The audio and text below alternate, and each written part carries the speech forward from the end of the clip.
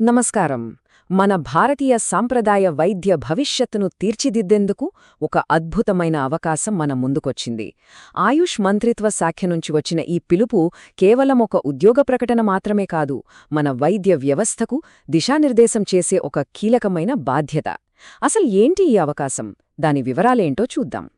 చూశారు కదా, ఇది నేరుగా భారత ప్రభుత్వ ఆయుష్ మంత్రిత్వ శాఖ జారీ చేసిన అధికారిక ప్రకటన. అంటే ఇది మన దేశ వైద్య విధానాన్ని నియంత్రించే అత్యున్నత స్థాయి నుంచి వస్తున్న ఒక పిలుపు. దీని ప్రాముఖ్యతను మనం అస్సలు తక్కువ అంచనా వేయలేం. సింపుల్గా చెప్పాలంటే ఈ ప్రకటన దేని గురించి అంటే, national commission for Indian system of medicine అంటే NCISM పరిధిలోని కొన్ని కీలకమైన బోర్డులకు నాయకులను వెతుకుతున్నారు. ఈ పదవుల్లోకొచ్చేవారు మన వైద్య విద్య, దాని ప్రమాణాలను నేరుగా ప్రభావితం చేస్తారన్నమాట. ఇది చాలా చాలా పెద్ద బాధ్యత. సరే, మొదటి విభాగంలో అసలు ఈ అవకాశం ప్రాముఖ్యత ఏంటో కొంచెం లోతుగా చూద్దాం. ఈ పదవులు మన భారతీయ వైద్య రంగంలో ఎందుకంత కీలక పాత్ర పోషిస్తాయో తెలుసుకుందాం. ముందుగా మనం NCISM పాత్రను అర్థం చేసుకోవడం చాలా ముఖ్యం.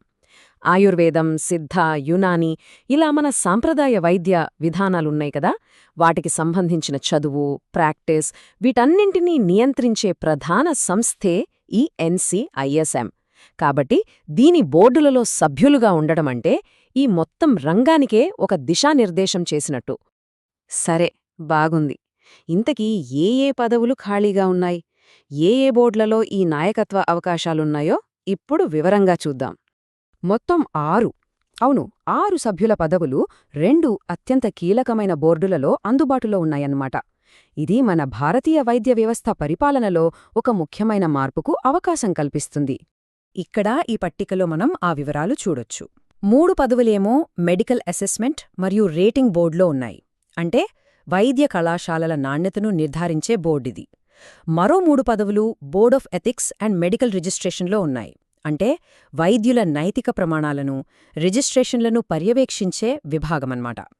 ఈ చార్ట్ చూస్తే మనకు ఒక విషయం స్పష్టంగా అర్థమవుతోంది. 2 బోర్డులకు సమానంగా చెరో 3 పదవులు కేటాయించారు. దీనర్థమేంటంటే ప్రభుత్వం వైద్య విద్య యొక్క నాణ్యతకు, అసెస్మెంట్ మరియు నైతిక ప్రమాణాలకు, ఎథిక్స్ రెండింటికీ సమాన ప్రాధాన్యత ఇస్తోందని మనం అర్థం చేసుకోవచ్చు.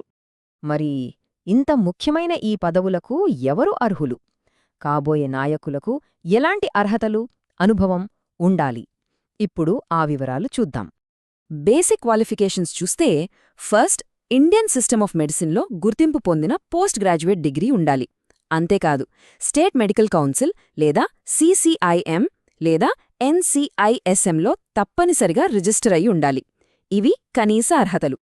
ఇది చాలా ముఖ్యం. పోస్ట్ గ్రాడ్యుయేషన్ తర్వాత వైద్యశాస్త్ర రంగంలో కనీసం 15 ఏళ్లకు పైగా అనుభవం ఉండాలి. అంటే ఇక్కడ అనుభవానికి ఎంత ప్రాధాన్యతిస్తున్నారో మనకర్థమవుతోంది. ఆ 15 ఏళ్ల అనుభవంలో కూడా ఒక కండిషనుంది. కనీసం 7 ఏళ్లు లీడర్షిప్ రోల్లో ఉండాలి. అంటే ఒక డిపార్ట్మెంట్ హెడ్గా గానీ లేదా ఒక సంస్థకు అధిపతిగా గానీ పనిచేసిన అనుభవం ఖచ్చితంగా ఉండాలి. ఇది వ్యూహాత్మక నిర్ణయాలు తీసుకునే సామర్థ్యాన్ని పరీక్షిస్తుంది. అనుభవం ఒక్కటే సరిపోదు, కొన్ని నాయకత్వ లక్షణాలు కూడా అంతే ముఖ్యం.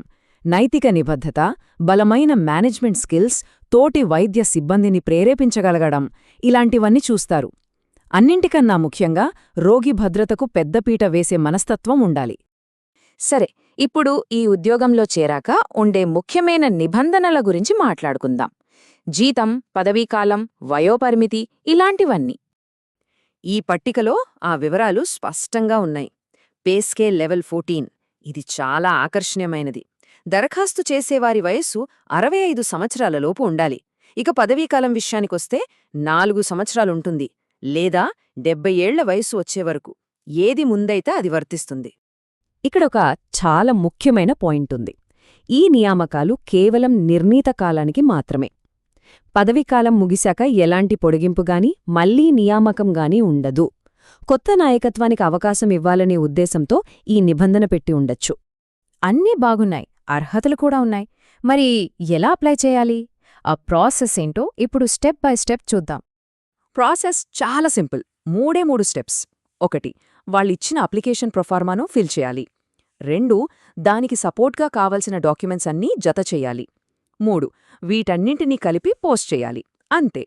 దరఖాస్తులను ఈ అడ్రస్కి పంపించాల్సి ఉంటుంది. సెక్రటరీ, ఆయుష్ మంత్రిత్వ శాఖ, ఆయుష్ భవన్, న్యూఢిల్లీ. ఈ చిరునామాను జాగ్రత్తగా నోట్ చేసుకోండి. చివరగా చాలా ఇంపార్టెంట్ విషయం, అప్లికేషన్తో పాటు ఏమేం డాక్యుమెంట్స్ పెట్టాలి, ఈ చెక్లిస్ట్ మిస్ అవ్వకుండా చూసుకోవాలి, లేకపోతే అప్లికేషన్ రిజెక్ట్ అయ్యే ఛాన్స్ ఉంది. ఇక్కడ ఒక చిన్న తేడా ఉంది. ప్రభుత్వ ఉద్యోగులకు, వేరే వాళ్లకు అవసరమైన డాక్యుమెంట్సు కొంచెం వేరుగా ఉంటాయి. గవర్నమెంట్ ఎంప్లాయీస్ అయితే వాళ్ల గత 5 ఏళ్ల పనితీరు రికార్డులు, అంటే ఏసీఆర్, డోసియర్, విజిలెన్స్ క్లియరెన్స్ లాంటివి ఇవ్వాలి. అదే ఇతరులైతే వాళ్ల గత 3 ఏళ్ల పనితీరు సమీక్షలు, ఏవైనా పెనాల్టీలుంటే వాటి రికార్డులు సబ్మిట్ చేయాలి. అయితే కొన్ని డాక్యుమెంట్స్ మాత్రం అందరూ తప్పనిసరిగా ఇవ్వాలి.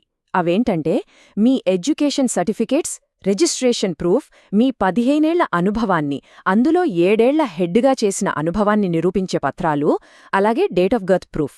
ఇవి బేసిక్ అన్నమాట. వీటన్నింటిపై సెల్ఫ్ అటెస్టేషన్ ఉండాలి. సో మన భారతీయ వైద్య రంగానికి ఒక కొత్త దిశ చూపించడానికి, దాని భవిష్యత్తును తీర్చిదిద్దడానికి అవసరమైన అనుభవం, దార్శనికత ఉన్నవారు ఎవరు? ఇది కేవలం ఒక ఉద్యోగం కాదు, మన సాంప్రదాయ వైద్య వారసత్వాన్ని ఉన్నత శిఖరాలకు తీసుకెళ్లే ఒక గొప్ప అవకాశం.